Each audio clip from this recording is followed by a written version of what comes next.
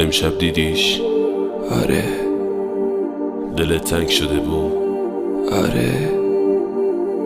ولی این فقط از دور بود. همین برام کافیه. چرا دوباره داری گریه میکنی؟ دلتنگشم. خسته نشدی از بس منتظر موندی؟ نه، ولی اون بهت فکر نمیکنه. برام مهم نیست. تو حتی به عکسش هم قانعی. چرا؟ نمیدونم.